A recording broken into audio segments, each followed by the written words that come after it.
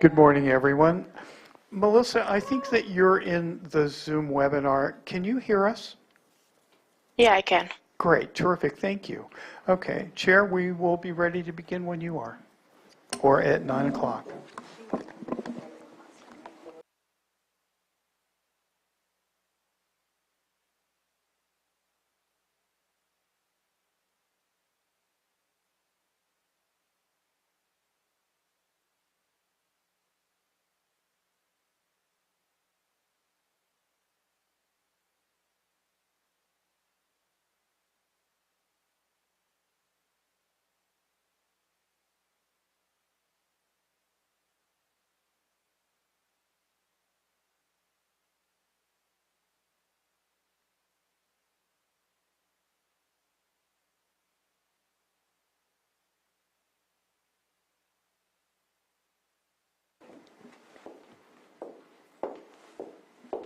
Check, check.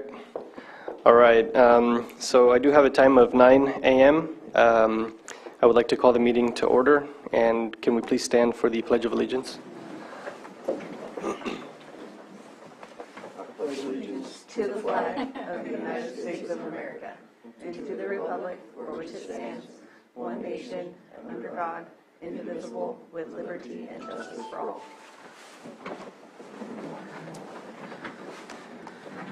Good morning, everyone. Can we get verification of legal notices? Notices have been sent out and verified. Okay, thank you. We have some consent agenda, or an item of consent agenda. Mr. Chair, I move that we adopt item 4A, approval of the February 9, 2023 Planning Commission minutes. Second. All in favor? Aye. Aye. All opposed? Okay, and we will enter into public input time, which is the time for any person to speak for 3 minutes about any subject of concern, provided that it is within the jurisdiction of the Planning Commission and is not already on today's agenda or scheduled for a future hearing. Speakers are requested to legibly write your name on the sign-in sheet at the podium and state your name for the record. So if anybody wishes to speak on any subject that's not in today's agenda, you may do so. And seeing as there, or can we check the Zoom room, see if there's anybody on there that would like to speak? There's no hands raised in the Zoom room. Okay, so our first item is time for 9:05, which is 4 minutes, so just hang out for a little bit.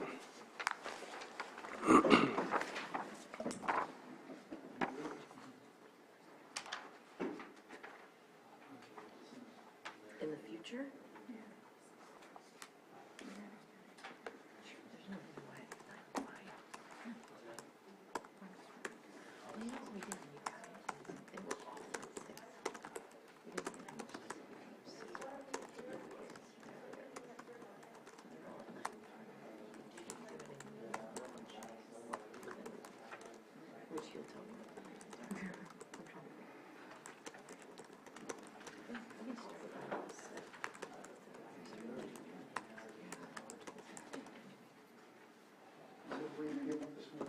I will let them, oh wait, that's a meeting. I will let myself know.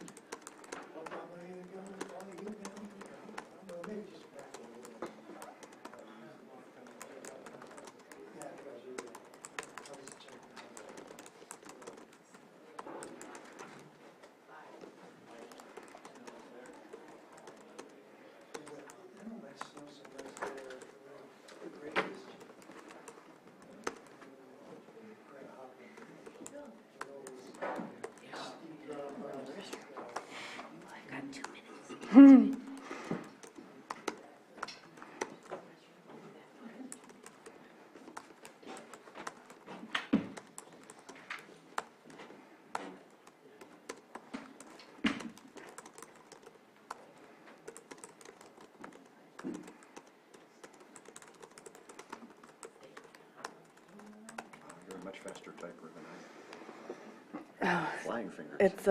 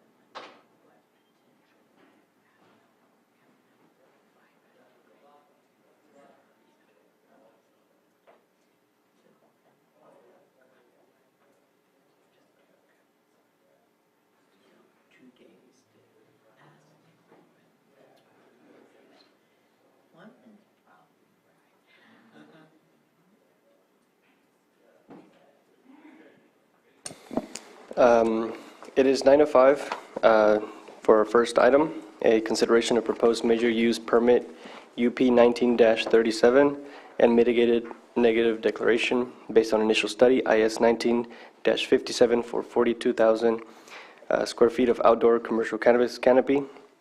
The applicant is 26936 Jerusalem Grade, Travis Lisenby. Project location 26936 Jerusalem Grade, Middletown, APNs 012-017-69.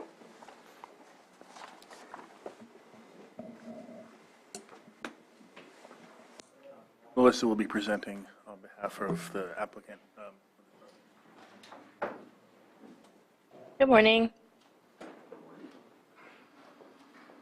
Can everyone see my screen? Yes. Okay.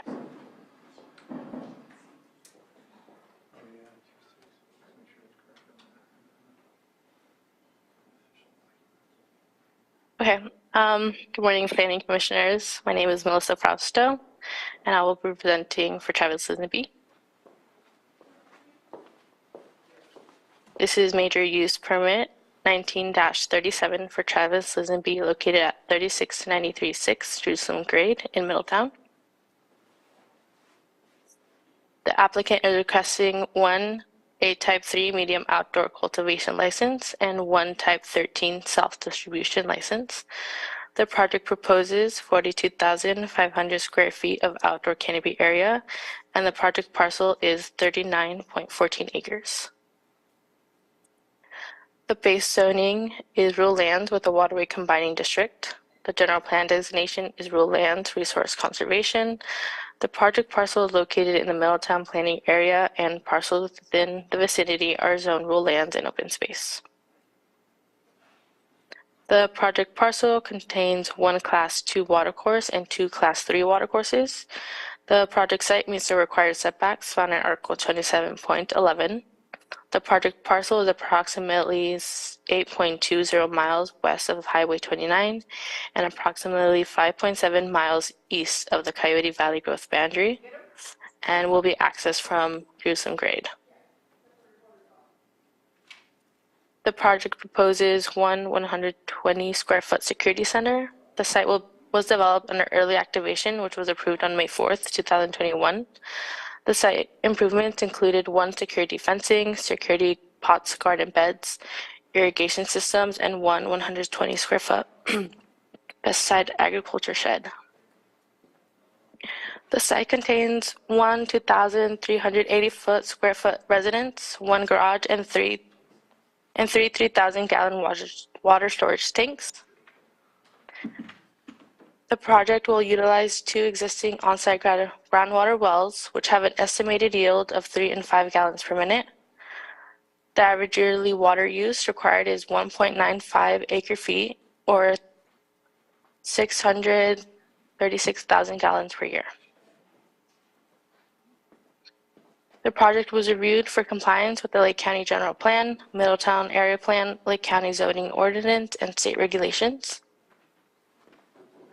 The Rural Lands General Plan designation was reviewed, and there is no conflicting policies in the general plan.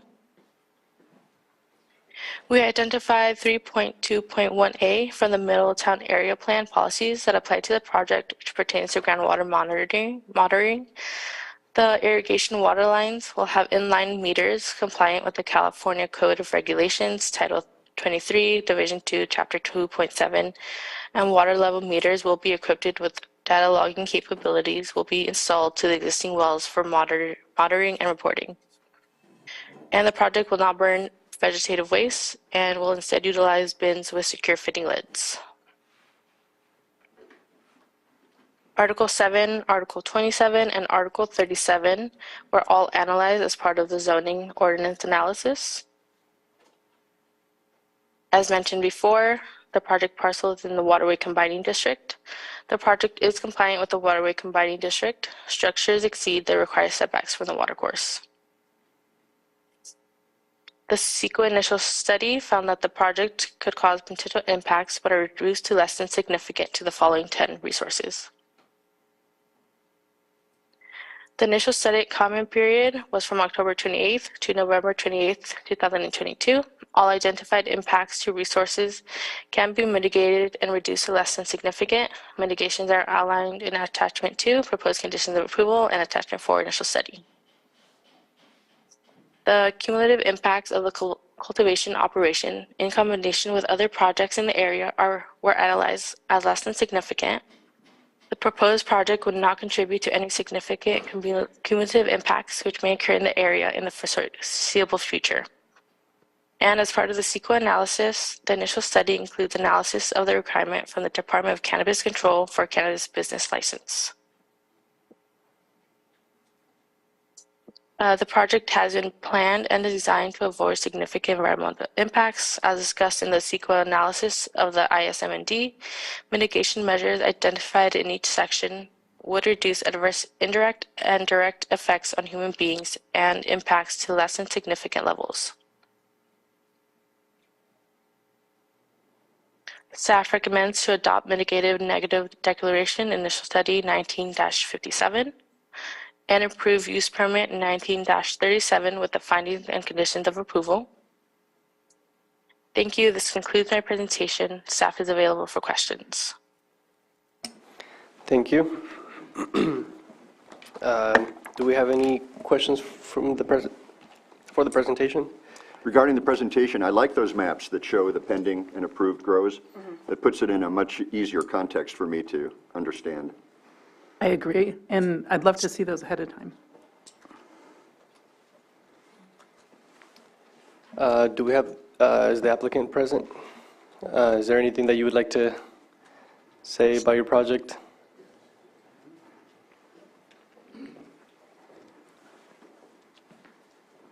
Yeah, so my name's Travis Lisenby. I was born and raised here in Lake County, grew up on Cobb.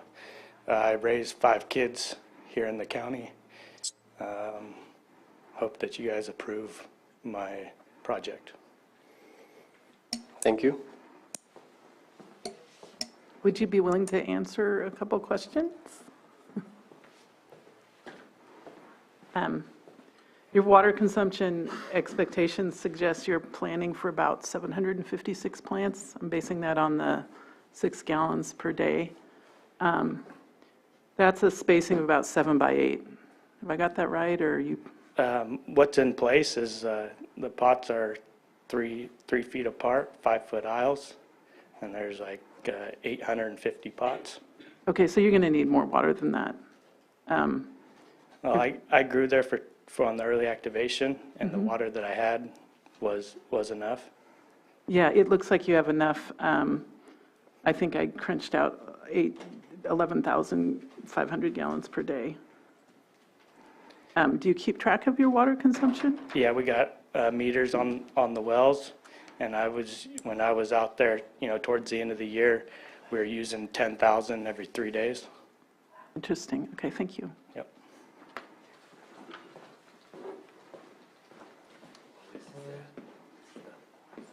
So I will be opening a public comment now. So you're good. I just want to put it for the record that public comment is open. Thank you. My name is Trey Sherrill. I was the consultant that helped prepare the application. I just wanted to make myself available if there are any questions about the application or the proposed project. Sure. So the question that was brought up right now regarding the water usage, those numbers are based off the early activation. That's correct. Sort of. They're based off of a report that was done by.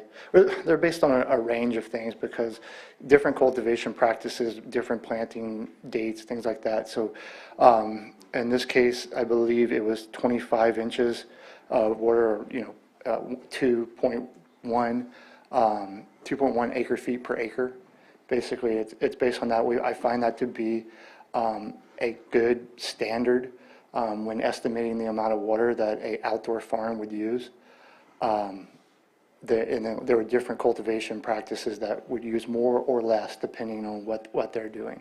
So I do my best to come up with the estimate as best as I can. Yeah, so I guess my question was, if early activation was granted, does that water usage reflect this water usage that was on the report? I'd have to verify that, and I can do that if you give me a couple minutes. Sure, if the applicant would like to answer that question or just confirm that that is correct. Because I do know that you guys are having a greenhouse as well, or was that part of the project? No, it wasn't? Okay. To me, if I can kind of jump in here, I see one big issue, and that is that they're in pots, and that's going to reduce your consumption quite a bit. There's also the issue of soil types, things like that. It's really hard to estimate. Yeah, I agree, and that's, pots do generally use more water than in-ground cultivation, and therefore, so we use a different calculation to estimate water usage for in-ground cultivation versus above-ground cultivation. And Yeah, because if the number is, close to it, similar to what the report is, then what your previous use was during early activation, then I'd be okay with that. But if it's going to be, twice as much more or anything, that's just the main concern that I have regarding the water usage. And also, yeah, basically that was the question. Yeah, I didn't see in the hydrology report any other wells that were identified close to the property. Usually, those analyses do take a look at the neighboring wells. it's mostly surrounded by BLM property, vacant, no wells on it. There is the closest inhabited property is another licensed cannabis farm that uses, I think, well water and some stored water within ponds. If I Is remember. that project outdoors as well, Trey? It was originally permitted as outdoors. I was actually in here about a year ago when they got approved for a greenhouse. They converted it to greenhouse cultivation. Okay. And I'm sorry, I'm having a difficult time finding the monitoring reports for water usage, but There is a section in the hydrology report entitled Potential Impacts to Streams and Neighboring Wells. yes. Yeah, I'm not too worried about it because you have enough water, and we're talking 11,000 gallons a day. It's I about agree with 3 that. times what he's, so I'm not too concerned about it. There's not a lot of neighbors. And then just another thing, so this is an off-the-grid property, so solar panels are used and solar pumps, which they kind of sip water from the well. Basically, I like to say sipping, so it doesn't depress the groundwater table. It just kind of slowly takes off of it whenever the sun's out, the pump's running, the sun goes down, the pump stops, kind of thing. I would observe, too, we also often hear from the public that these are the kinds of locations they prefer grows to be. Remote areas, not affecting viewscapes, things like that. And so that certainly fits that category. Yeah, and the further, this does adhere, there are no trails, official trails or anything like that within 1,000 feet. It does adhere to that setback as well for open space. Thank you. Thank you.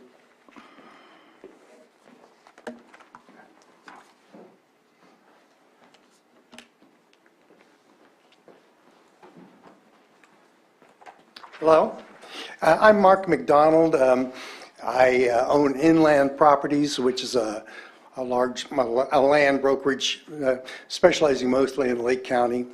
And I've known Travis for many years, sold him his first property, and have sold some other properties to him since then, and know him to be a diligent and hardworking guy that's very, very civically minded. As far as the water issue goes, of course, I sell lots and lots of properties out in Jerusalem Grade, so I know that really well. And the nearest property is about a half a mile away, and that's the permitted property that's now converted to greenhouses. And then the only other property is BLM, and then beside that is a 2,200 acre Paradise Ranch, which is, I think, currently for sale, but not, I think there are some wells there, but nobody is using those wells. And hopefully this year, we finally got some rain, so hopefully that will help us with all of our water issues. But yeah, I highly recommend this project. I'm personally familiar with him, with this project. I worked on it with him for a while, and I know he's to be very diligent and will always do the right thing. So that's what I have. Okay? Thank you. Does anybody else wish to speak on this project? If not, can we check the Zoom room just to see if there's any hands up in there? There are no hands up in the Zoom room. Okay. If there's nothing, I will be closing public comment and bringing it back to the commission for questions or comments. I'm prepared to offer a motion, Mr. Chair. Sure. I move that the Planning Commission find that the potential impacts associated with this project can be mitigated to less than significant, as shown in the initial study IS 19-57 submitted by Travis Lisenby for the property located at 26936 Jerusalem Grade Road, Middletown, and further described in this motion, will not have a significant effect on the environment, and that the Planning Commission adopt initial study IS 19-57 with the findings listed in the staff report dated February 23, 2023. Second. All in favor? Aye. Aye. All opposed? Motion passes. Mr. Chair, I further move that the Planning Commission grant the major use permit UP 19-37 applied for by Travis Lisenby on property located at 26936 Jerusalem Grade Road, Middletown, California, and further described in this motion, based on the findings and subject to the conditions included in the staff report dated February 23, 2023. Second. All in favor? Aye. Aye. All opposed? And motion passes. The applicant or any interested person is reminded that the zoning ordinance provides for a 7-day calendar day appeal period. If there is a disagreement with the Planning Commission, an appeal to the Board of Supervisors may be filed. The appropriate forms and applicable fees must be submitted prior to 5 p.m. on or before the 7th day following the Planning Commission's decision on this matter. Thank you.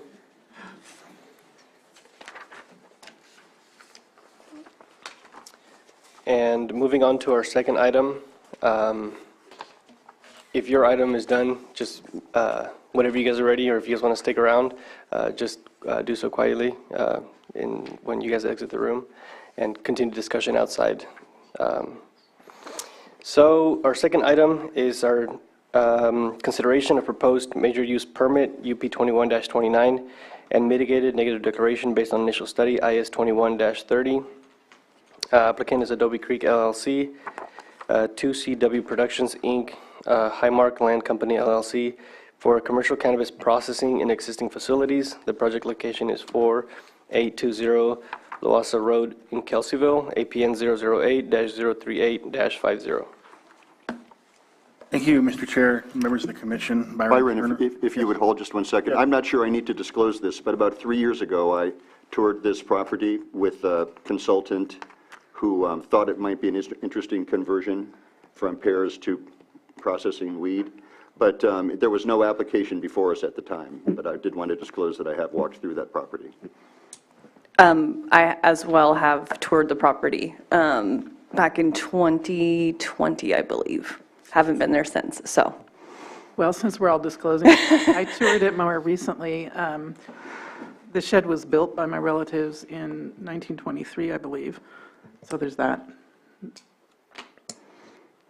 Floor is yours, Byron. Thank you. So as stated, this is the Adobe Creek Processing Facility Use Permit 21-29. It's at 4820 Lowassa Road in Kelseyville.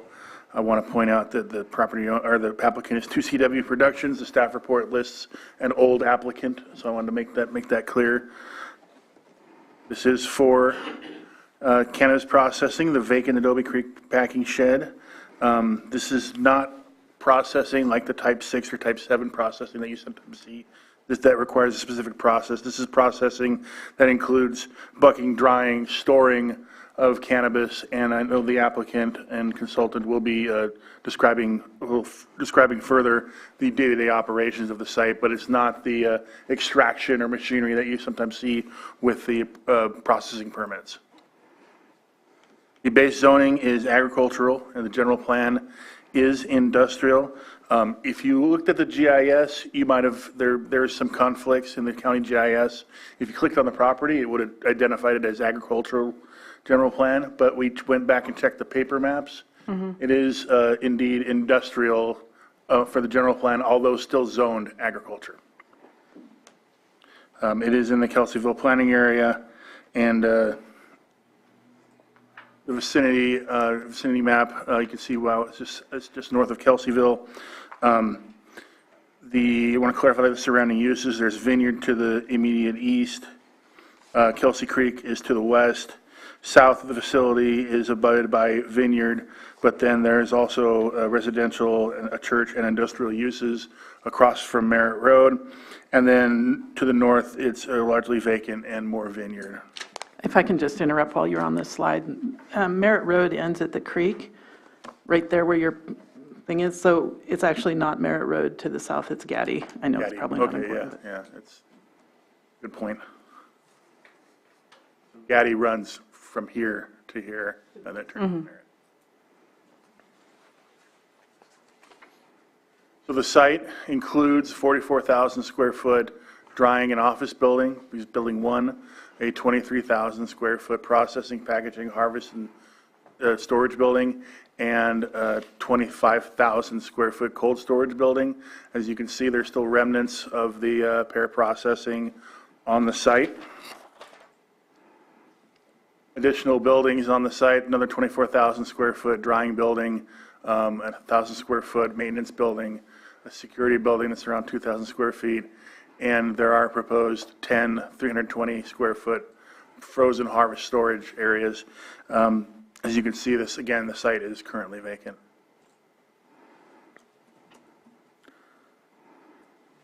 The project will use existing parking, it will use existing electrical systems, and there'll be a new fence around the property.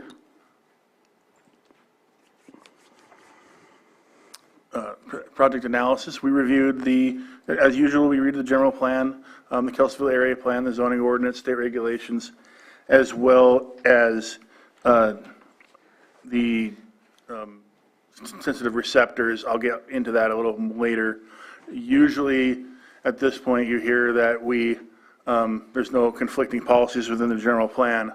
However, in this case, we do have policies in the general plan that do support this use.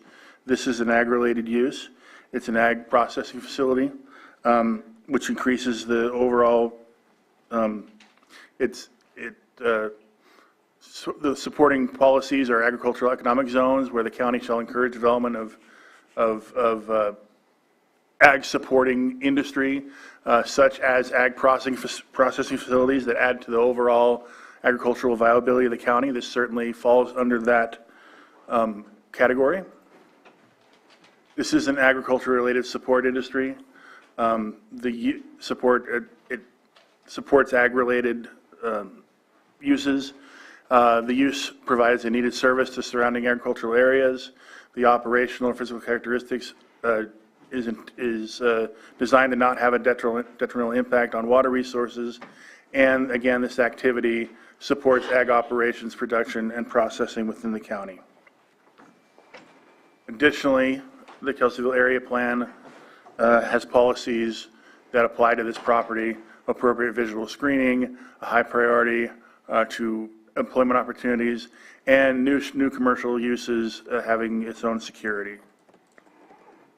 There's other factors to consider with this project that are planning related, such as the vertical integration of the ag industries, the job creation aspect of this project, the adaptive reuse. We're reusing vacant facilities for a new use. The greenhouse gas reduction that will occur with this, where we're no longer trucking the product out of the county for processing. It'll be processed within the county. It also discourages what we call attractive nuisance, where it's a vacant property, it's prone to dumping, it's prone to, it's vacant and not watched right now. It'll be more taken care of with active people on site and security. We did measure, I brought this up before, measure from the project site. We measured from the most northernmost building, which is actually not being used for this project. It is over 1,000 feet from linear from the church. It is, excuse me.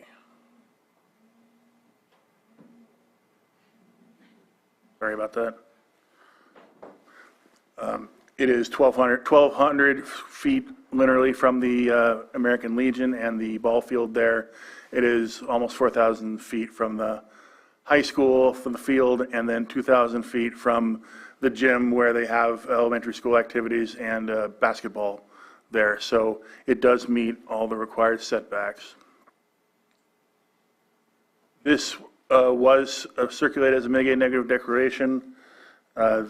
It was circulated from October 28th to November 28th, 2022.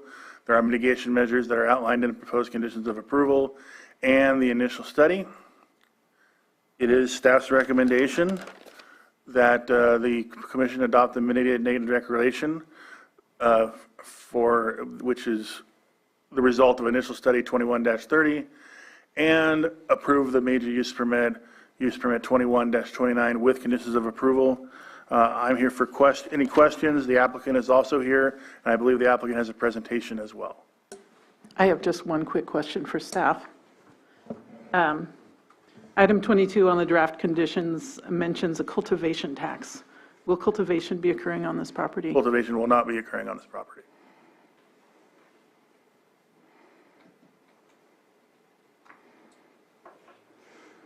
I don't have any questions or comments until we maybe hear from the applicant.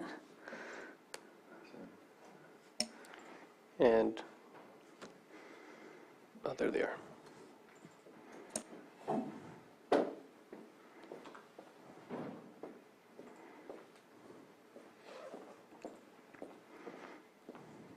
I'm going to first apologize. I have a health issue going on with my voice.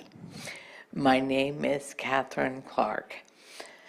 This project works for the needs of this county. You have a lot of cultivation, very little ability to process. I'd like to give you some background. Ned Fussell is 50% partner in a cannabis campus I developed for them in Santa Rosa. We are the largest in the state, I think the largest in the United States currently. We took vacant buildings. We actually have cultivation, processing, manufacturing, and distribution, about 200,000 square feet. We abut residential. They think we're the best thing that ever happened to them. We changed the neighborhood, we have security. They had the same things that went on here, dumping, people doing wheelies in parking lots and young kids coming to drink and those kinds of things. We cleared all of that up.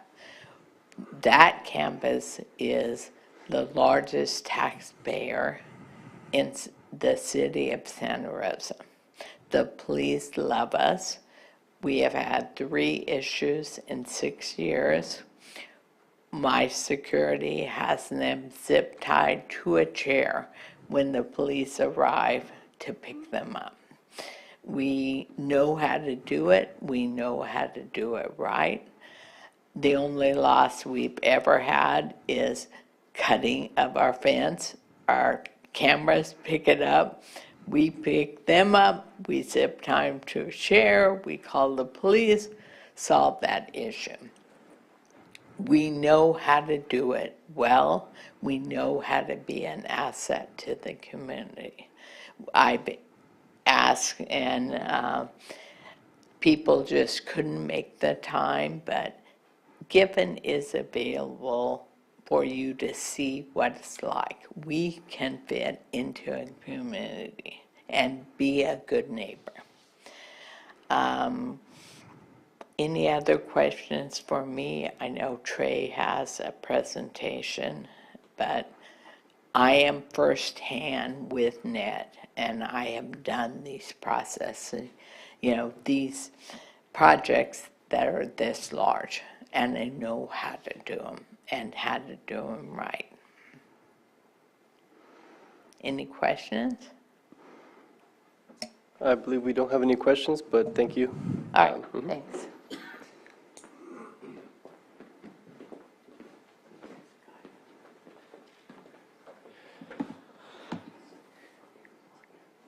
Good morning, my name is Trey Sherrill. I'm consultant for the applicant 2CW Productions. I have a presentation. I didn't realize the familiarity of most of the presentation is just photos and things to kind of make it so that you could understand the location. But this is the processing facility. This is kind of a southeastern view of the facility. Loasa Road is right there in the foreground. And then the facility, there's three buildings with covered awning connected them, and then one building off to its side on the right. And go to the next slide, please. So these are the yellow, green, and blue are the three buildings that are connected by the awning. The brown building is the one that was to the right in that image. The brown building is the one that is closest to the community of Kelseyville. And but that's going to be the last one to be used at this point in time. It's mainly going to be the three buildings on the left, mainly that big yellow building, because you can that building can be a truck can drive into for the purposes of loading and unloading, where odors and air can be contained in that space. Is that green building where you made the measurements from? No, the brown building is where the measurements come from. Next slide, please. That's just an image. That is the yellow building on the left that's in blue in this image in the parking area. And then we are aware that there are concerns about the proximity of this facility to the community and sensitive uses within the community. So in this slide, you can see the property that it's owned by the Kelseyville Unified School District. The building off, the green building here off by itself, that was the brown building in the previous slide. So that's the one off by itself. The larger block is the three buildings. The brown building is a little over 1,000 feet from the First Baptist Church, a little over 1,200 feet from the Kelseyville Unified School District property, and that is the location of the baseball field as well as other school-related buildings. But the baseball field is the one that's closest to this property, and it's over 2,000 feet from Main Street, Kelseyville. This is a north view of the property. The building in the foreground is the one all by itself, and then the three buildings that are connected are off in the back. Just wanted to kind of give you can see some industrial uses in the kind of the top left corner with some agricultural uses behind that. You'll see better on the next slide, but the agricultural uses surrounding this property with Clear Lake in the background. Now this is a south, kind of southwest view of the property. The three buildings in the foreground, some leftover equipment from Pear Packaging storing at the property. The community of Kelseyville is beyond the vineyard and the trees that you see in the top left there. And then you see the industrial uses across the creek to the right. And just the vineyard will be maintained. There is no proposal to remove the vineyard at this time. And then this would be the path of travel as opposed to traveling through the community of Kelseyville. The one that makes the most sense from Highway 175/29 is to come and go from the exit there. It's going to bring you back, it's going to bring you in front of Kelseyville Lumber via Merritt Road, transitioning to Gaddy, and then up Loasa Lane. And then, but in this path of travel, they would not be traveling past the school property or the First Baptist Church or the on Main Street. I think there's one more slide. No, that's it. And free to answer any questions that you may have. Sure. So what is planned for the leftover boxes from the previous use? All the leftover equipment that was there? I am not aware of any plan at this time, but I would assume that they would try to find someone to use it. Katie, do you have? They'll be taken by the owner of the property. So the owner of the property would take them with them. Sure. And could you just clarify what was the, or what will be the, because you mentioned that the brown building from the previous, that one slide, that it was going to be the last to be developed or the last to be used. What did you mean by that? So the primary buildings to be used would be the three. They're the ones that suit this the best. Actually, there's a proposal that the applicant is tossing around where they would kind of set up a co-op there because it's cool storage, but it's not cold storage. And with that, if you remember from Byron's presentation, we're talking about 10 freezer units. These buildings get below freezing, but we need them to get below 0 degrees or close to 0 degrees for the purpose of long-term frozen storage. So therefore, this building, it just doesn't suit our needs as well as the other buildings do, and you can't drive into this building like you can the biggest one, and it's not covered and not connected, so it's the least desirable of the 4 buildings for use. And so one of the ideas is if a Lake County cannabis farmer, another one, not the applicant, doesn't want to take over that building, and they would have to operate under the rules, regulations, license of my client. If they don't want to take over that building, then we would provide it as kind of an agricultural co-op because it does provide suitable cold storage, or cool storage, just not the kind of cold storage that we would desire that for cannabis storage, long-term cannabis storage. Can I explain yeah. the technical on Could you state your first and last name again? Catherine Clark. Thank you. My directions are poor. Looking at this, the left side of the building gets too much sun. So that building doesn't stay consistent in its temperature. As the sun goes down, it heats up that side, and we're having trouble figuring out how to mitigate that. It will be very expensive. So it will not be the building we concentrate on. All right, it will happen at a point, but there's a lot of money that has to go in that building to create consistent temperature. So that's the detail to that. Yeah, that makes sense. So it's for future development, potentially for whenever the time comes to develop it or to, okay.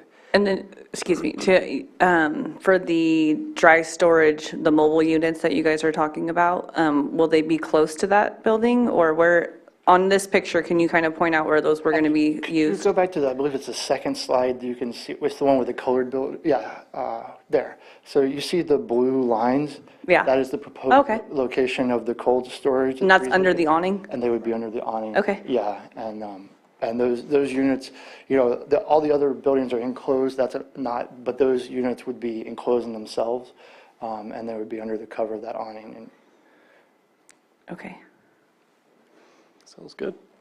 Thank you. thank you. thank you. So I will be opening this up for public comment if anybody wishes to speak or ask questions. And if there's nobody here in chambers, could we take a look on Zoom? I have several hands up in the Zoom room. I'm just going to go with the first person. So Aaron McCarrick. Can you state your first and last name, and you have 3 minutes. Hi, this is Erin McCarrick, City of Clear Lake and Vice President of the Lake County Cannabis Alliance. I'm very excited for this project. I know many people on the, good morning, Commission.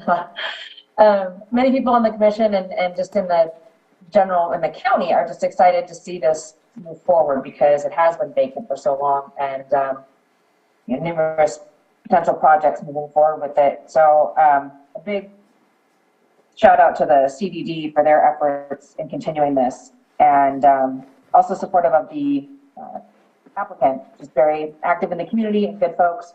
So I would like to support this project and thank you for your time. Thank you. The next one would be Richard Durham. I'm going to give you access to your microphone. You have 3 minutes. Thank you. Hi, this is Richard Durham. Thank you for letting me speak. I felt important. I'm down in the Yucatan Peninsula, so hi from the Yucatan. It is that this business move forward. Approximately each acre of outdoor cannabis requires 10,000 square feet of drying and curing capacity. And that sometimes is beyond the cultivators' ability to in their beginning years. So this would be a huge asset to cultivators in the county. And as cannabis unfolds throughout the next few years, the availability of the service is extremely important for everyone. And having it also close into the county will let people access it, workers, without causing great pollution, driving, and it's just all around seems to make a lot of sense. So I propose that you pass it, and thank you very much. Thank you. The next person in the Zoom room would be Sarah Bodner.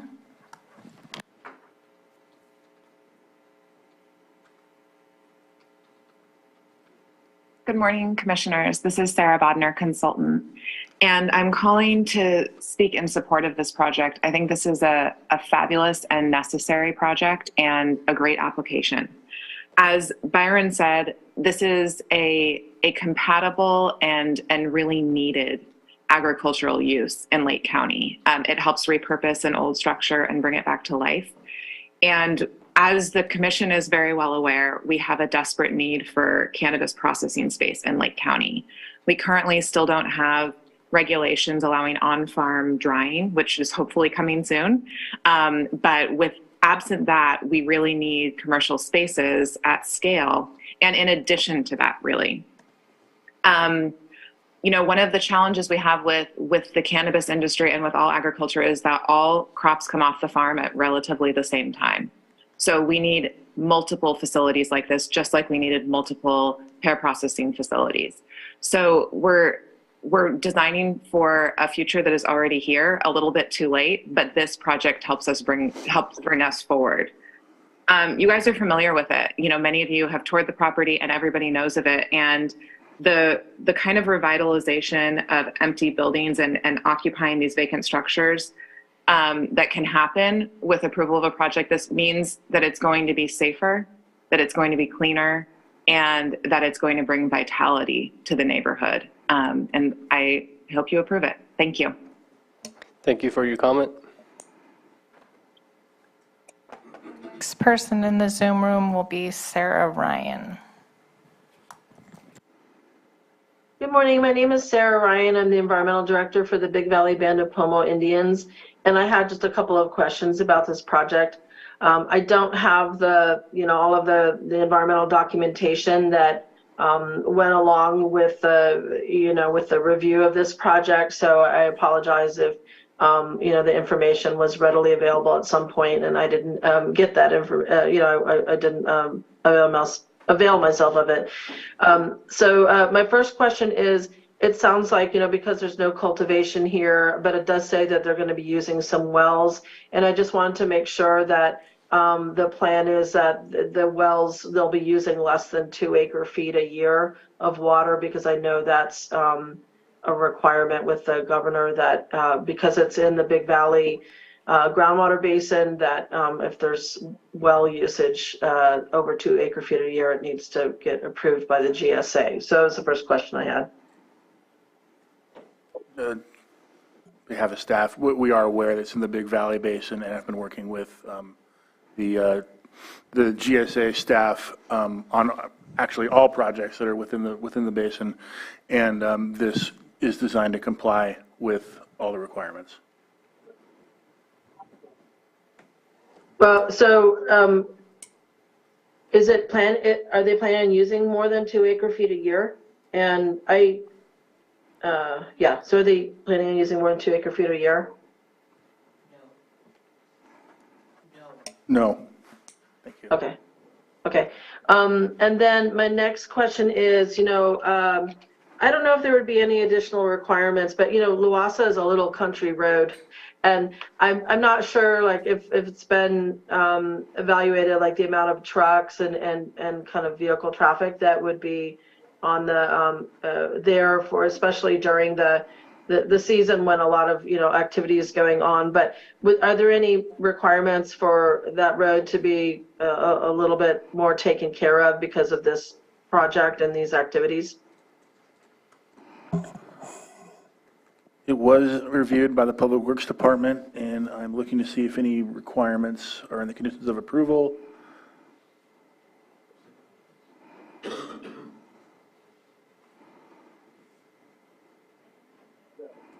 It's just standard language about general maintenance and encroachment permits. There is no improvement requirement of the road itself, although the driveways will have to be designed in a manner that's appropriate for the use. Okay. And then my final question is if any ground disturbance is being planned on this, whether it's removal of asphalt or I understand fencing is going to go in. We would like the Big Valley Band of Pomo Indians for the applicant to have to work with the tribe to provide any sort of cultural monitoring support during any ground disturbance. As I recall, they were consulted. I don't have the paperwork in front of me, but I believe the agency comments did reflect consultation with the Big Valley Band. It was notified to the Big Valley. It was 2 tribes responded. I don't believe Big Valley responded. Yeah, we did. And the cultural resources mitigations are the standard mitigations for cultural resources as recommended by the the study that was done. There is not a monitoring requirement.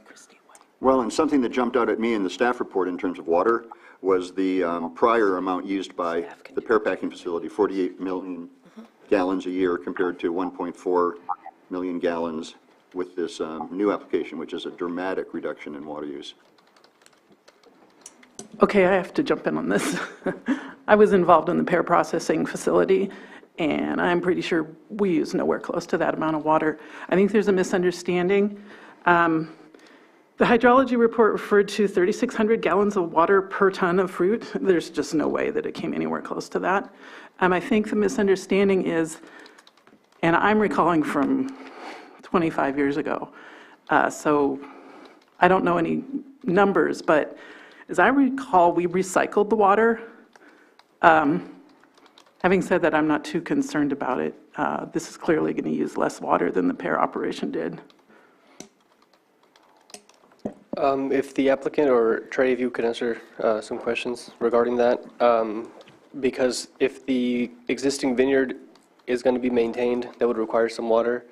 Obviously, employee usage and potentially janitorial services like cleaning or maintaining the property. But can you just kind of explain something like that? Yes, Trey Sherrill for 2CW Productions. Yes, so the hydrology study was not prepared by our team, but it was prepared for, this application was originally submitted by another applicant. We picked it up and took it over. That, the hydrology study that was prepared for that, the original applicant, it included some manufacturing, which would have used a little bit of water. There's, we're going to be trying to get water away and out of the situation here because it's just for drying and cold storage. That being said, there are domestic water uses and irrigation for the vineyard. The hydrology study estimated for domestic, the vineyard, and manufacturing that it would be about 4 acre feet, 4 to 5. And then yes, I don't know where they're pointing. They cited a Food Northwest about the, that the Pear facility used to use 48 to 231 million gallons. I don't know where that, I didn't look that up, so I'm not sure what they're referring to there. There will definitely be much less water usage. It could possibly be, it will most likely be over, for the site as a whole, it will most likely be over 2 acre feet because of the vineyard, but the processing facility definitely won't use more than 2 acre feet of water. And then as traffic, we believe that the traffic associated with the cannabis processing facility will be much less than that of the Pear facility, and if it'll definitely be lighter because of, we're not carrying, we're carrying cannabis that's already been bucked and broken down in the field to this facility versus pears that they just weigh more and need heavier equipment to transport them to the facility. Land disturbance. The only land disturbance would be the installation of the fence around the perimeter of the facility. There is no proposed other ground disturbance. We're trying to just use the existing parking areas, the existing buildings, the existing facilities of the property. Can you please describe that fence? It'll be 6 foot tall chain link fence, very, very standard chain link fence. Okay, it's not going to be one of those ugly barrier things? No, ma'am. Its sole purpose is for security. Right. Maintaining the perimeter. It's not for obstructing the view because all activities would be occurring within the buildings anyway, so they obstruct the view of any cannabis activities. Thank you. Could we take it back to the person that asked the question, see if all her questions were answered regarding the subject? Yeah. Yes, this is Sarah again. So I think they have, I'm assuming that even though the vineyard's going to be in operation, this permit is not associated with this, so there's no requirement to do any additional decisions for their water use, and therefore it wouldn't trigger the 2 acre feet a year requirement for that the governor has. Could that be confirmed? Yeah, and there's also no new well as well that would trigger anything with regarding the GSA, and this was again reviewed by Water Resources Department and Public Works. So we do not believe that it breaks any threshold of the governor's order. And correct me if I'm wrong, but I believe we will be required to monitor water use because this is a cannabis facility as well, even though it's not cultivation. That is true. Water use will be monitored and reported. And in terms of the other question I had regarding the ground disturbance, we do disagree with the, I looked at the cultural monitoring report produced by Jay Flaherty, and they did a surface walkthrough, and he does state in it that ground disturbance might unearth various, artifacts and other things that are important to the tribe. So even though your standard cultural monitoring mitigation measure is to call somebody if something is found, we don't agree with that as a mitigation measure, because at that point it's already impacting and damaging the resource. Could we add that as a condition of approval, or would we be required to add that, or would it be an agreement between the applicant and the tribe? What's the request? To have a monitor for any It just ground sounds like disturbance. cultural sensitivity training and all of that. We can encourage it. Yeah.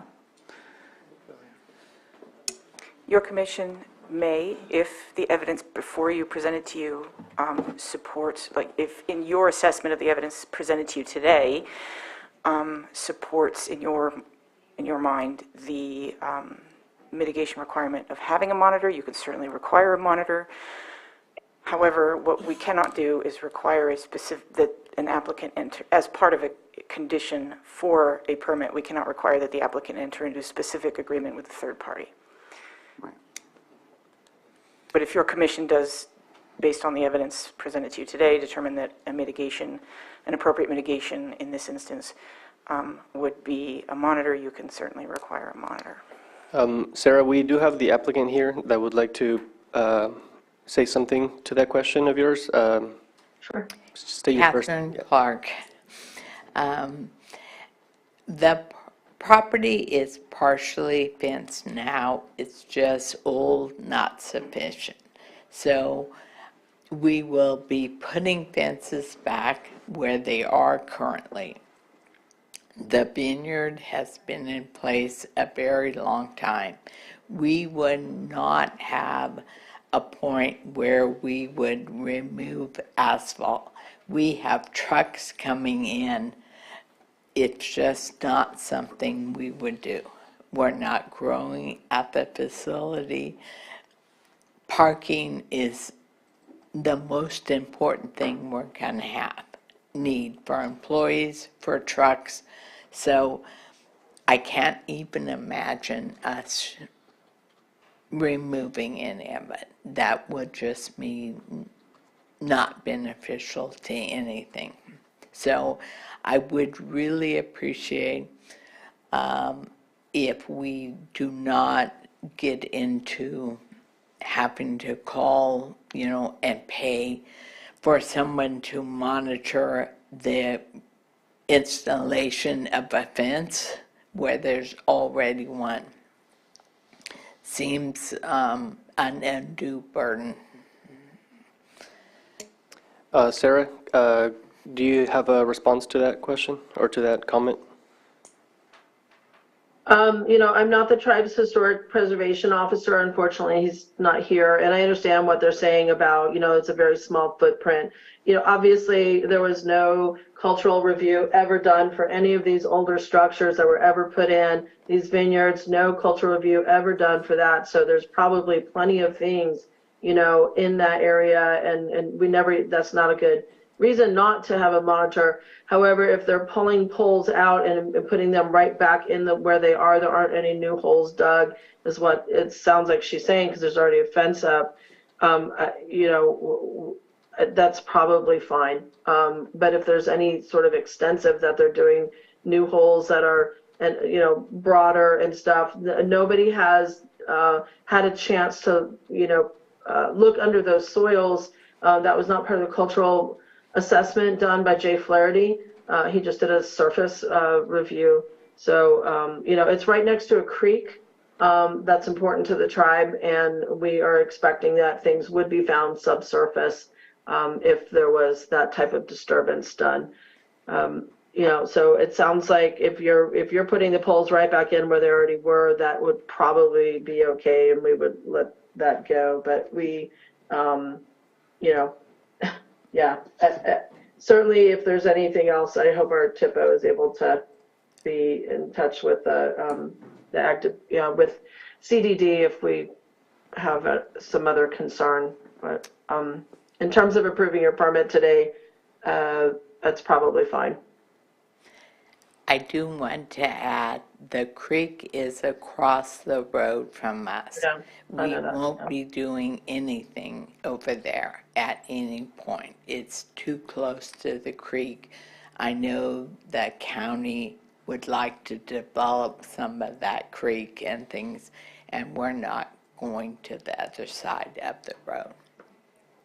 So would you agree with the comment that if any ground disturbance regarding fencing would not involve digging any more holes, but the concern that I have is that if fencing would be put in an area where, let's say currently there's no fencing, or it would have to be, a new post would have to be put somewhere else than where it is, that that would trigger agricultural Well, resources. where we would be putting cross fencings for deliveries and things would be where there's already asphalt. So we're not taking up asphalt, we're just gonna dig a hole because we have to be careful for metric and state laws. When plants come in, there's a whole process, because if we're taking them and drying it for your cannabis grow, it has to be monitored very carefully. Yeah, I guess the concern that Sarah brought up was regarding previous requirements. For example, to put that asphalt that's already existing there, any digging that had to be done prior to the building even being there, right? So in the process of that, that if there was ground disturbance, despite the fact that there's already asphalt there, that something could be in there. So that's the tribe's concern. And if Sarah, if you're still there, could you just confirm that I'm kind of making the correct point there?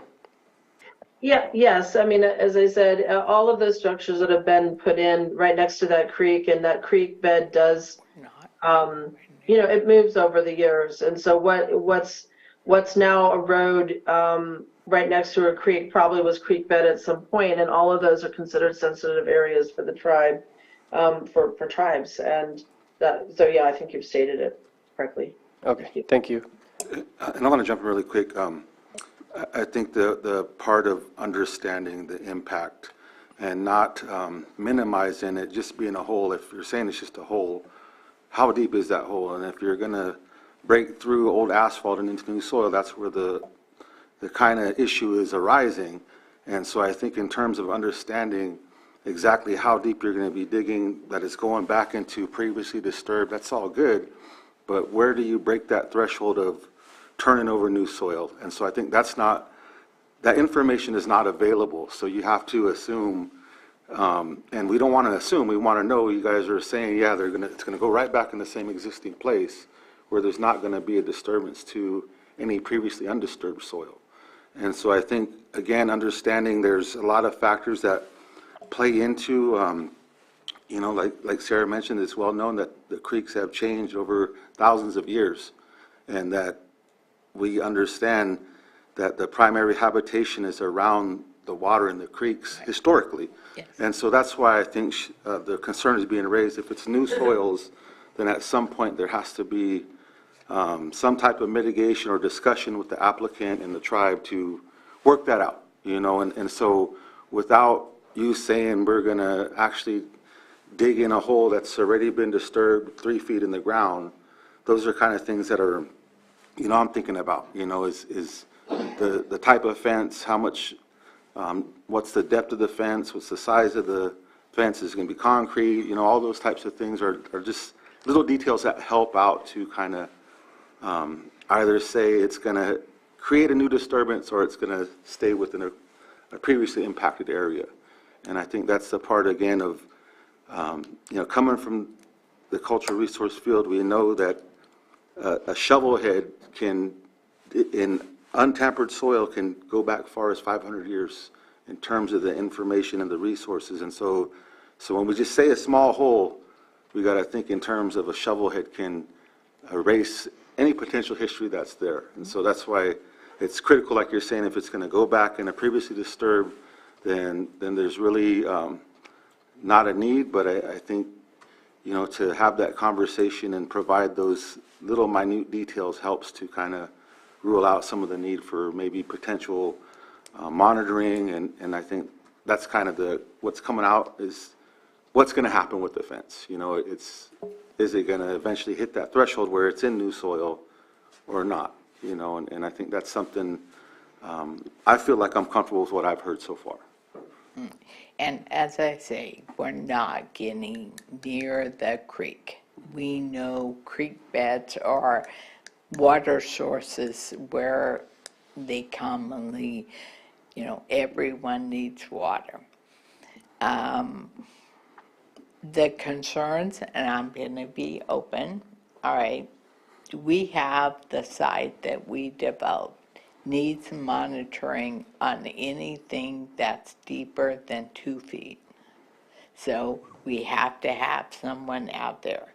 Our agreement, though, was it could be a third-party person. We've had issues where waiting for the person they wanted to provide held up the whole project because they said, oh, we can't supply anybody for 3 weeks, and then you can only have them 1 day a week. Well, that can make a fence installation take 6 months or more. Are you referring to a conversation you had with a tribal member No, regarding that? we, at the site I run in Santa Rosa. So we got agreement that we could hire a third-party consultant. And this was environmental concerns. Well, would you consider having a representative of the tribe that Ms. Ryan represents present while you're building the new fence? If they That wouldn't could necessarily say, cost you anything. well, but if they could commit to a timeline that was worked, I can't agree to something and then they're unavailable. That's what we've had before. Correct me if I'm wrong, but there would be no reason to, we can't require an agreement between the applicant and a monitor, but you could, if you have approval to go ahead with the fence, you do it on your schedule, but could you not accommodate a member of the tribe? Oh, we're accommodating. Well, that's my question. I would gladly do that as long as they accommodate us in a schedule. Well, you need to work that out. We can't mandate those kinds of things.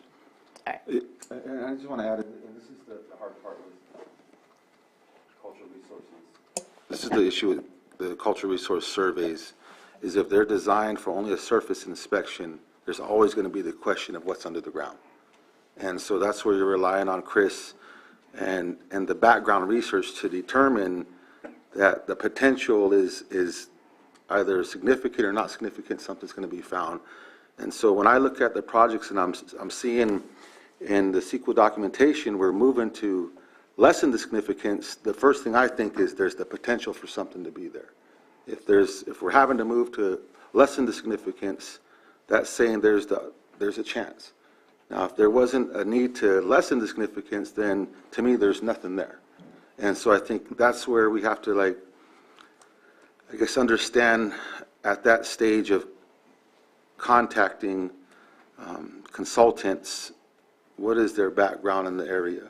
And so a lot of times I've run into consultants who've never done any work in Lake County, but because they're archaeologists, they see everything the same. And so I know Jay, I know he's worked here in Lake County for decades, and so there's a certain level of comfort, that I know he knows what he's looking for, but at the same time, when we're staying only on the surface, then the question's always going to come back, what's in the ground? And so that's the hard part with that early stage of designing what type of survey is going to be done to meet the needs of the CEQA application. So, and those are just general comments as a part of this process of where I've had concern in the past and still raises those questions in my mind when I see some of the language that there is potential for impact. And so in a situation where if there was going to be new ground disturbance, I would be saying, yeah, I would request that the tribe and the applicant work together. In this situation where it's in soil that's already been disturbed, I'm leaning towards comfortable with that there's not going to be a new impact, but without knowing the depth of what they're going to do with their fence, then it kind of still leaves that question in my mind, is it going to hit that threshold when you're in new soil? So that's... Normally, it's 2 feet for a 6-foot fence. That's... And the existing fence that's there is 6 feet? Oh, God knows, it's old, and I will not say it met any criteria. I just don't know. I have a quick question about the fence, if I can digress a little bit. The current fence has some beautiful roses planted along the edge of it. Do you plan to keep those? It's kind of by the vineyard. right, when you're driving up to it? On the Wesa. So we won't affect any of the fencing that's near the vineyard. Okay. All right, that won't be affected at all. And we have to expand our gates and things to meet our needs and probably do 2 gates instead of 1, that kind of thing. But we won't be affecting those roads. Okay, I guess bringing it back to the question of requiring, obviously we can't force the applicant to I guess what I'm trying to say is that if the tribe and the applicant are able to work together, that's obviously an agreement between those 2 parties.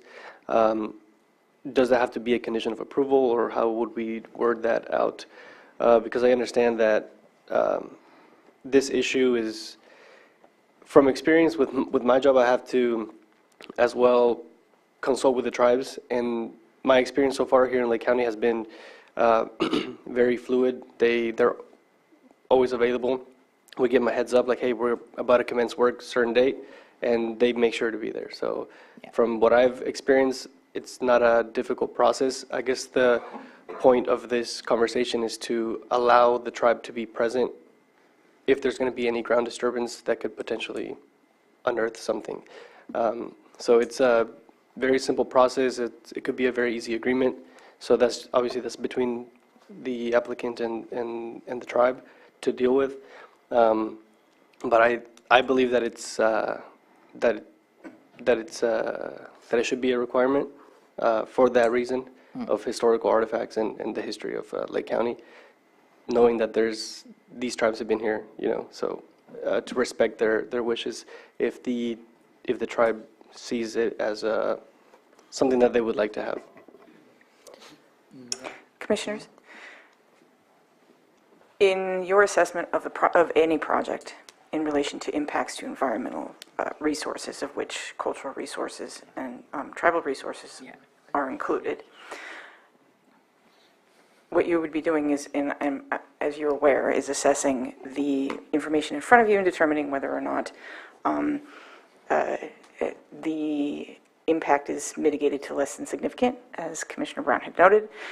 And in this case, if with the evidence presented today, which includes not just the material provided by staff, but comments and written materials provided by the public, if in considering all of that together, you have determined that there is evidence that further mitigation is required here in this situation, you can, should your commission choose, require a monitor.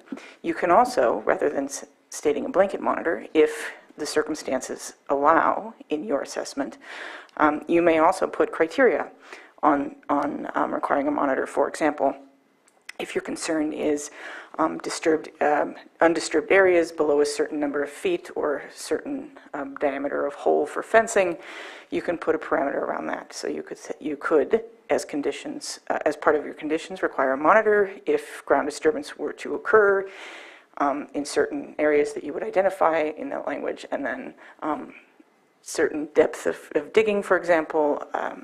So you could put criteria on a condition but I do ask if this is the direction your commission chooses to go, that you do make clear on the record your findings as to why this extra condition is necessary. May I? Trey Sherrill on behalf of 2CW Productions. We would like to request to add a condition of approval that compels the applicant to notify, I'm sorry, I don't know the name of the tribe off the top of my head, Big Valley, to notify them 7 days prior to any ground disturbance and allow a monitor on the property during any ground disturbing activities, including fence construction and renovation, or the applicant is comfortable with that, if that would make everyone comfortable. I think that's a good suggestion, just opening up the line of communication and just, having somebody on site would just alleviate that potential, Thank you for that suggestion, And I would Trey. encourage the applicant not to apply her Santa Rosa model necessarily automatically to Lake County. Well, Catherine Clark, I just wanted to be clear, anything associated with the dirt, we're not going to invite them in if we're installing HVAC units or things to the property, only soil items, correct? Yes, That's- any yeah, ground ground disturbance. Yes, correct. So how would we include that as a condition of approval, or would it, yeah, okay. Yep. So it would be worded, the permittee shall notify the culturally affiliated tribes 7 days prior to ground disturbance, to invite the tribe to monitor the ground disturbance. And allow them access to do so. Thanks, Trey. Let's specify on that ground disturbance, because I think that we've been focusing on previously undisturbed soils. So if it is fine with the commission, I'll go ahead and add that specification in as well. Okay. Thank you. Thank you. Thank you, Sarah, for your questions. And if there's anybody else in the Zoom room that would like to speak. One more hand up. Aaron McCarrick, I'm going to unmute you.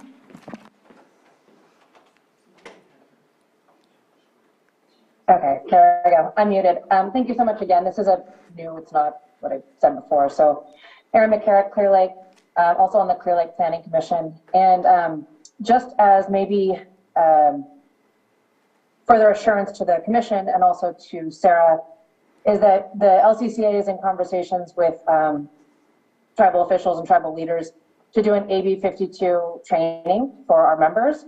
And the applicant is a member of the LCCA. So with the work being done in Clear Lake, very aware of the need for a knowledge base of the consultation process, the monitoring process, and just a deeper understanding of tribal cultural resources in Lake County, where they are, where they're significant, where there might be a high impact situation. I don't know if Sarah's still on the Zoom, but I will certainly reach out to her to ensure that she's part of that conversation and the potential training that we're planning on doing. So the applicant is a member of the LCCA. They will have the opportunity to be part of that training and also continuing the conversation in Lake County. Thank you, Aaron. Any more hands in the Zoom room? Another hand up, Jennifer Smith.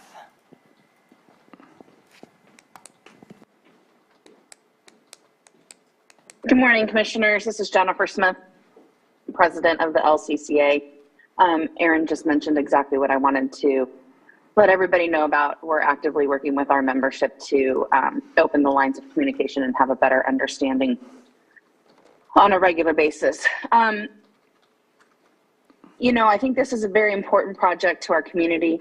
We lost a processing facility last year due to a multitude of reasons, but it's jobs, it's economic impact, and again, it's one agricultural product replacing the similar activities of another agricultural product. So to me, there's really no change in circumstances.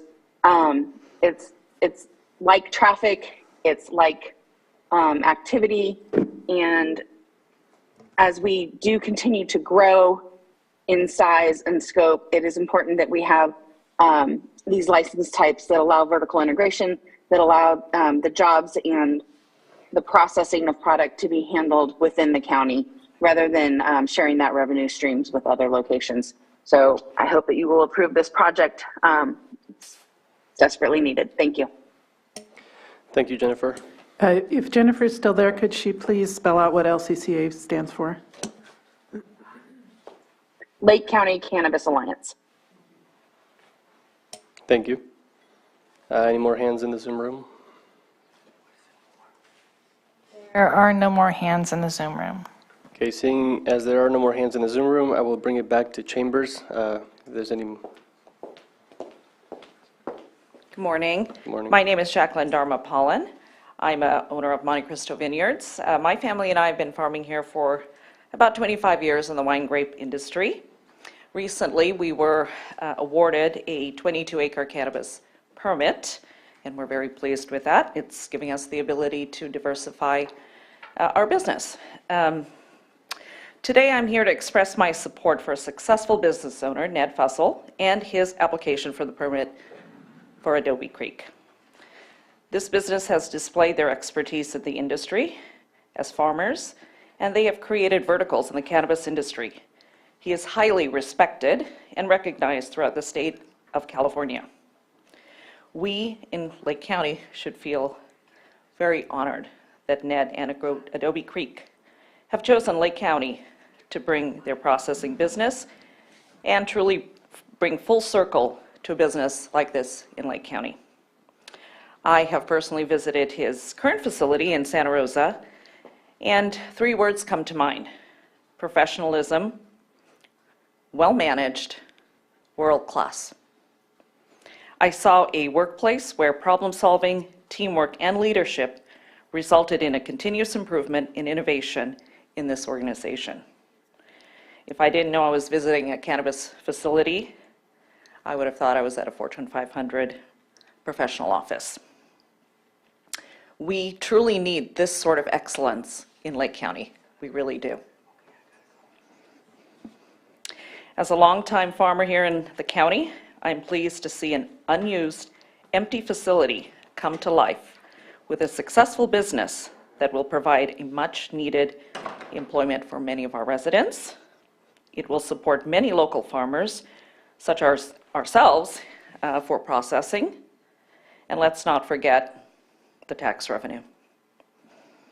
I urge you to approve this permit, as we will all benefit from a proven business and highly respected professionalisms like Ned and Adobe Creek. And we should be honored they have actually chosen Lake County to do this business. Thank you. Thank you. Are there any more hands in the Zoom room? I believe there's none. Okay, and back to chambers.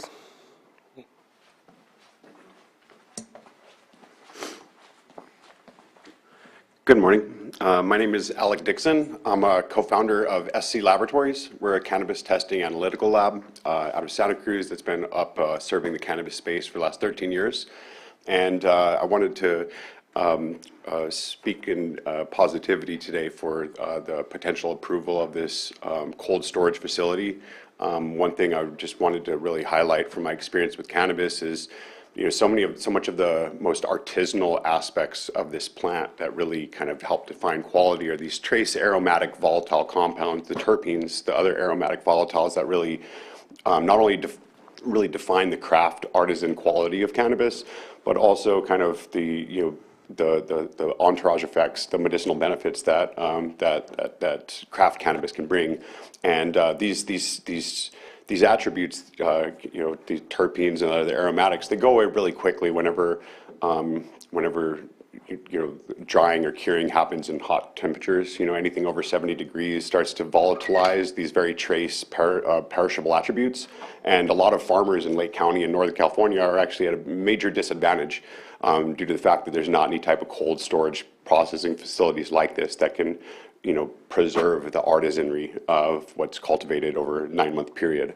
And so a lot of farmers up here in Lake County and Northern California in general, they'll harvest their plants in 100-degree temperatures, kind of load them up in box trucks that are essentially microwaves, zapping all these perishable artisan attributes over a 2-hour drive before they make it to Santa Rosa or somewhere else in the state. And so in a huge way, it kind of essentially sets all farmers back in a massive competitive disadvantage, in the state whenever, other areas have these types of cold storage facilities. But, in my opinion, kind of, this is a really great opportunity for Lake County and for Northern California, a space like this that could actually, really preserve these artisan attributes, kind of, I think in a large way can help, continue to shine light on Northern California, Lake County, the Emerald Triangle being kind of not only the cleanest kind of region to kind of cultivate cannabis in an artisan way, but also help really preserve those attributes for the farmers that are growing here so that they can be able to kind of be stand out, differentiating themselves in a market that's saturated with really low quality herb that's not being kind of cared for in such a way. And so I think this just really brings a huge advantage for farmers around this area and Northern California in general, because very few people are like actually very progressively looking at this topic of how important kind of post-harvest temperatures and controls are to really building to establishing the artisan metrics that really will bring farmers to the forefront in a hyper competitive space. But anyway, just wanted to share those thoughts. Thank you. Thank you. One last little look around. Do I have one person here?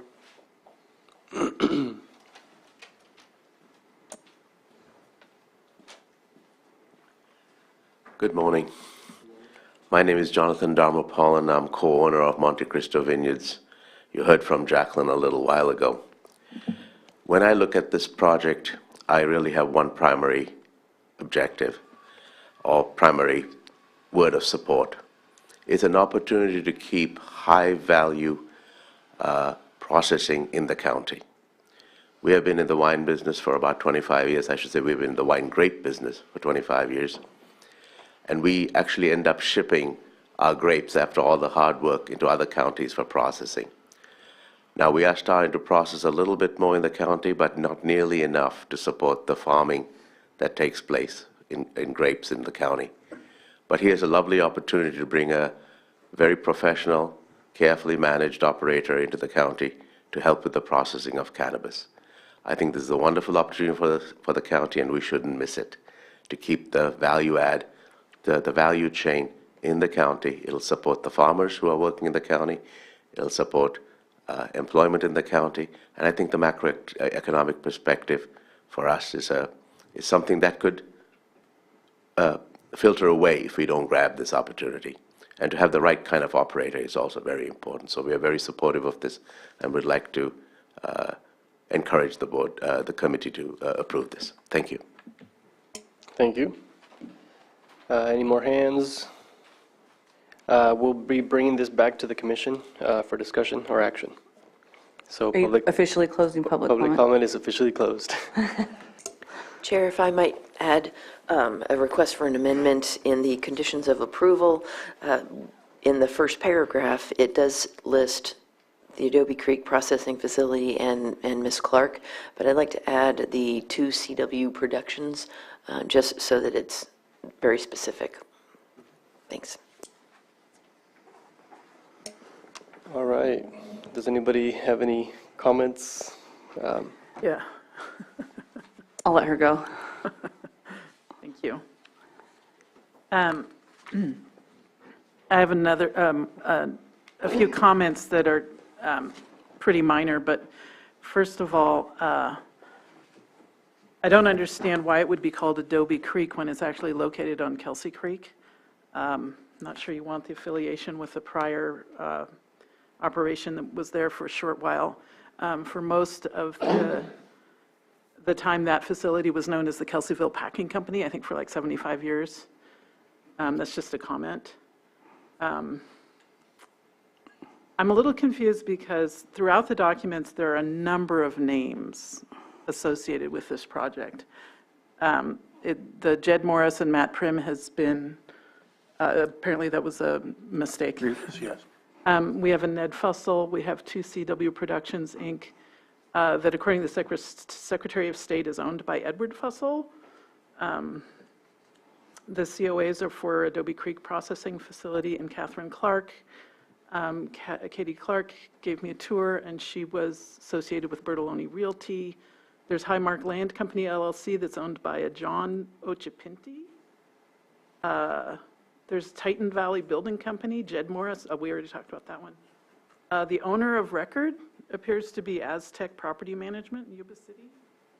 And then the applicant, Adobe Creek LLC, according to the Secretary of State, is owned by Greg Saris out of Nevada. I'm wondering if someone can offer some clarity on that.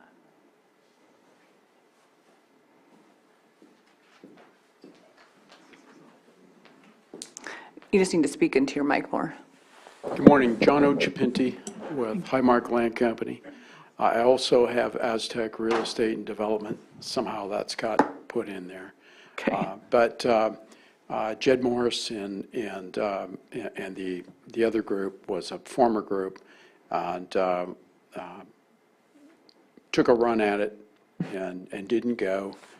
Katie and her partners came in and made a run at it, and that's why you're seeing all the names. I was every bit as confused when I first read it, so especially when I saw Jed Morris and the other guys on there. So one of my companies, one of the LLCs, is Highmark Land Company. Okay. And we have a number of land companies, but most of our development is done through Aztec Real Estate and Development. We're out of Yuba City, California, and we do a lot of the same development up in that area. Okay, so the applicant is actually 2CW Productions, Inc. Is that That's correct. Okay, thank you. Got it? Any other I questions? think so. That pretty much explains it for me. Thank Thank you. you. Thank you. I had a question about I'm concerned about the odor. I read about this nasal ranger device that's supposed to detect odors, but as far as I understand, it's an olfactometer, but it actually depends on human judgment to quantify smells. Can the applicant or somebody answer that? Is that correct?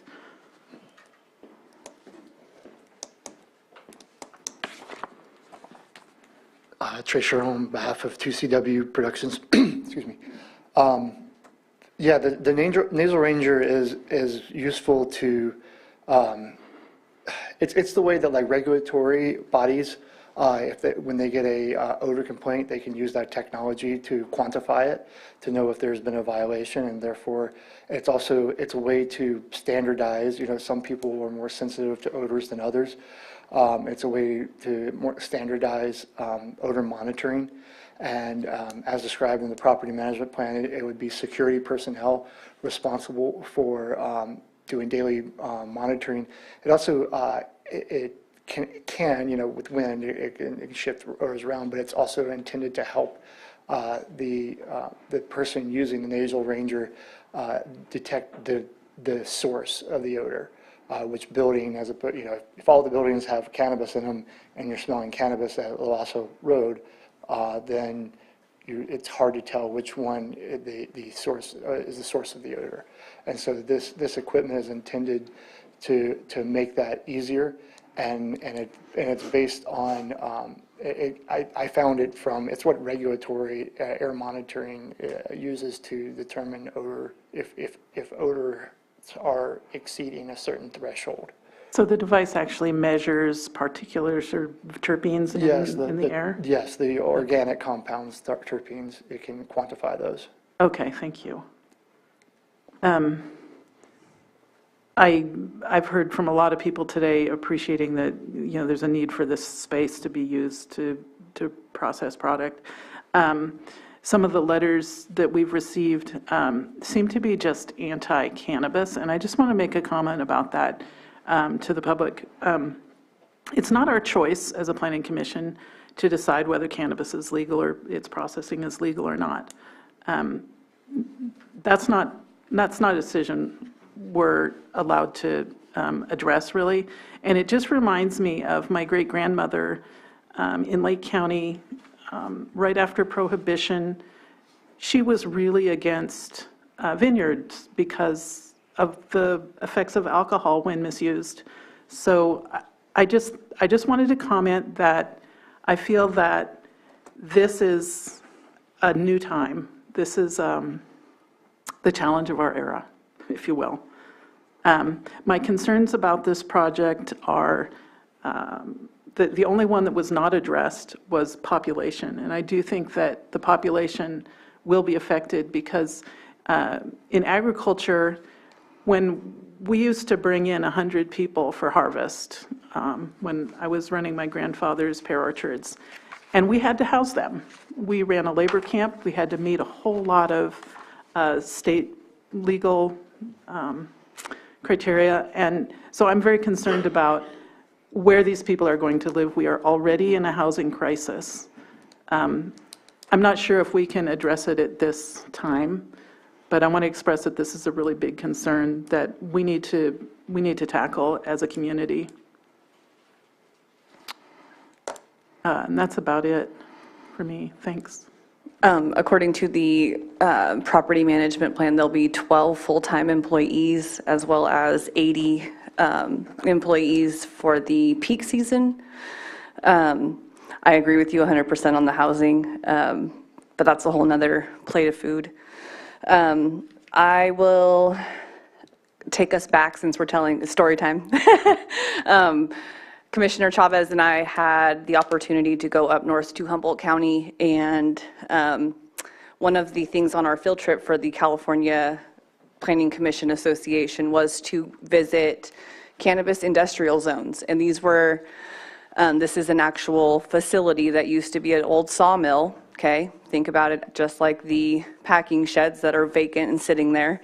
And they have actually built a new zone considered cannabis innovation zones, and it is exactly that. It is taking old vacant sawmills and converting them into processing facilities. And when we walked up, it's actually, it was bear extractions. You can look it up. But the need was there, the building was there, and what they have actually done was amazing. It's a little bit more extensive than the project before you today, but the use, it was very clean. They ran it very well. It didn't smell like a skunk or didn't smell like marijuana when you got there. It was ran really, really well. And to see something like this come to Lake County is long overdue. I feel that the use for this building, just to see it have some life into it and bring it into the community is a great thing. Also, I appreciate Trey showing the way that the trucks would actually come into Loaiza. Tomato, Loaiza, that's what I call it. But just to take that into consideration, you're not going to be on Main Street, you're not going to impact anything that way. It's straight off the highway. Talk about a prime location between South County and the northern part of the county. We might even bring people from Ukiah and Mendocino County here that want to utilize the facility. So just like Commissioner Field has said, it's kind of the changing of the time, back when grapes were, pears and walnuts, and this was a flourishing community, and people would actually work at the packing sheds in the summertime and, do all of that. This is just kind of where we're at, and I feel like if we look past this opportunity, that's just another one you can mark off the list that, oh, that coulda, shoulda, woulda been. So the fact that we have this in front of us today, I hope that we can come to a consensus and see this through. Thank you. Well, I just want to thank everybody that came along for this project to kind of show us what this building could be used for and what its potential will be for Lake County and for this industry. I believe that it's something important that we need because of the new all the permits that are being processed and the agriculture of cannabis here in the county, and the fact that we don't have to take it out somewhere else for processing. That takes care of many problems, kind of the ones that were discussed about where are people going to stay. Well, that just provides local jobs. Like, people live here and they need a job, so it takes care of a lot of things, and mainly by giving someone the opportunity to work, and kind of like what the consensus of the commission about it being something that the county needs. It's there, so might as well use it for what it's going to be.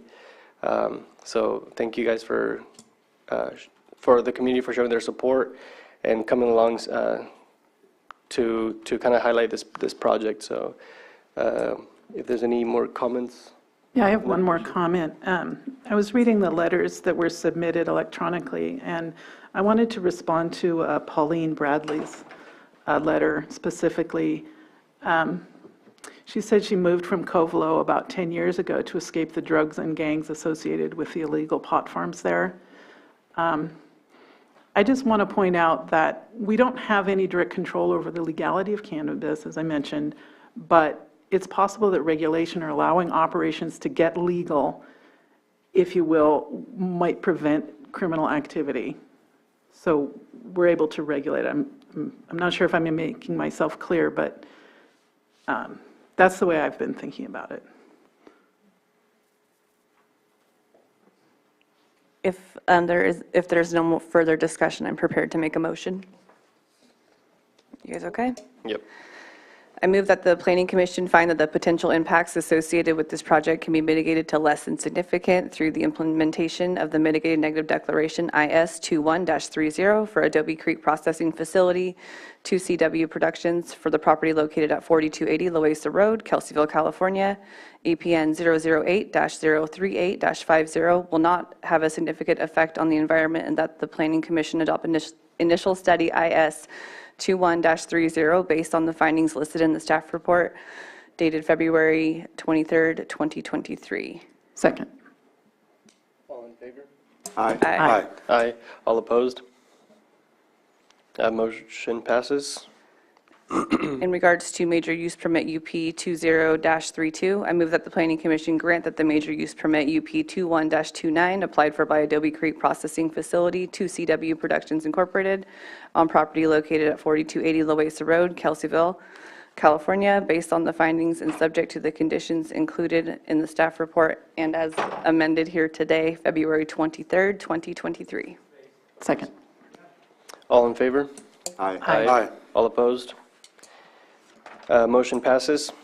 Note that the applicant or any interested person is reminded that the zoning ordinance provides for a 7-day calendar day appeal period. If there is a disagreement with the Planning Commission, an appeal to the Board of Supervisors may be filed.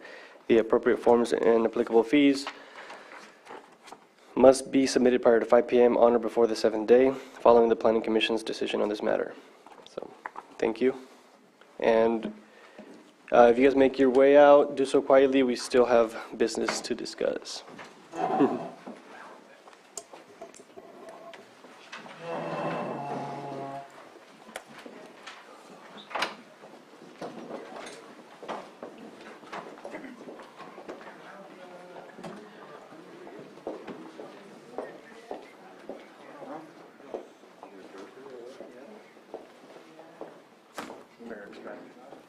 Oh, yeah.